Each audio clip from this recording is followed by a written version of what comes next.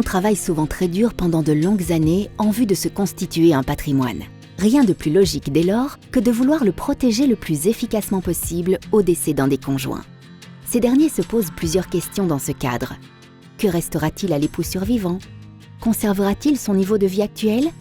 Pourra-t-il librement disposer de ce patrimoine ou dépendra-t-il des enfants? Le choix d'un régime matrimonial ou l'établissement d'un contrat de mariage peut avoir des conséquences importantes.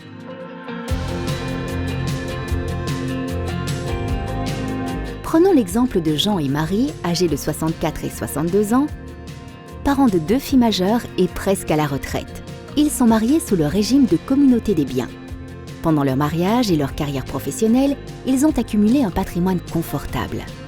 La maison familiale, estimée à 500 000 €, des actifs en banque, estimés à 1 200 000 € au nom de Jean, 300 000 € au nom de Marie, et un appartement à la côte acheté par Jean avec sa propre épargne, estimé à 350 000 €.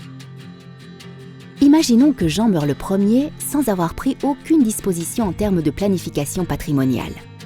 Le droit successoral attribuera automatiquement l'usufruit de la succession à Marie et la nue propriété à leurs 2 filles. L'usufruit de Marie lui permet uniquement de bénéficier des revenus des biens de la succession. Elle ne peut en outre pas disposer librement des biens de la succession. Elle doit obligatoirement obtenir l'accord de ses filles pour en disposer.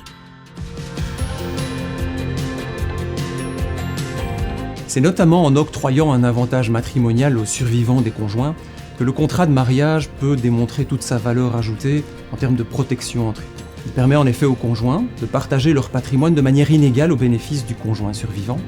Ce dernier se voit octroyer plus que sa moitié des biens des époux.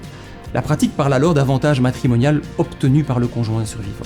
Dans l'autre cas, Marie pourrait par exemple recueillir la maison familiale ou l'appartement à la côte en pleine propriété, au lieu d'une moitié en pleine propriété et d'une moitié en usufruit.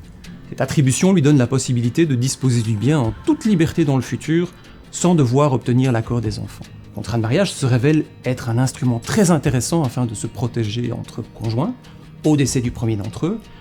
Par l'octroi d'un tel avantage matrimonial au survivant, ce dernier peut se voir attribuer tout ou partie des biens du couple au-delà de sa seule part. Il peut moduler cette attribution en fonction de ses besoins financiers, de sa situation familiale et de ses souhaits en termes de libre disposition des biens concernés. Enfin, il peut en principe éviter la remise en cause de cette attribution par les enfants.